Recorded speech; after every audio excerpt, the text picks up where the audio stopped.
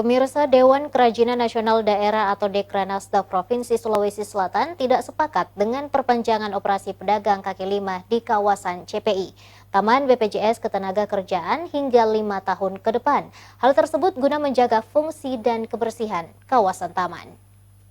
Tidak perlu semua berbicara secara langsung, apakah ada perwakilan dan juga ada beberapa dari PK5 supaya tidak. Dalam rapat dengar pendapat Komisi C DPRD Provinsi Sulawesi Selatan bersama pedagang kaki lima di kawasan CPI, Taman BPJS Ketenagakerjaan, juga hadir para pengurus Dewan Kerajinan Nasional Daerah atau Dekranasda Provinsi Sulawesi Selatan. Dekranasda Sulsel disebutkan menjadi pihak pengelola kawasan tersebut yang sebelumnya dikendalikan oleh pemerintah Provinsi Sulawesi Selatan. Namun pengalihan tersebut belum dapat dikatakan sah karena tidak adanya hitam di atas putih.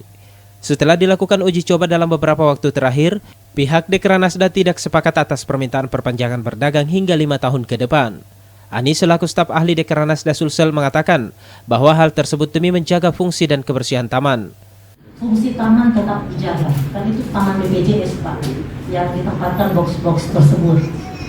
Sehingga kenapa juga ada beberapa aturan yang kami cantumkan dalam PKS tersebut, karena untuk menjaga kebersihan dan fungsi taman tersebut sebagai public space, taman BPJS Pak. Jadi fungsi tamannya sebagai fasum atau fasilitas umum dan public space. Itu pertimbangannya, sehingga ada beberapa poin dalam PKS tersebut dan sepertinya masih belum mendapat kesepakatan dari teman-teman PK5 seperti itu. Jadi intinya bahwa ini box adalah boxnya Dekranasda yang ditempatkan pada lahan BPJS, yang mana lahan ini adalah aset, merupakan aset Pemprov yang tentu saja kita harus mematuhi bahwa pemanfaatan aset pasti ada retribusinya.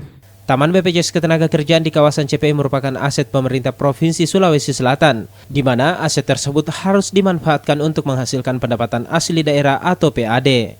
Fitri Hairunisa, Celebes TV.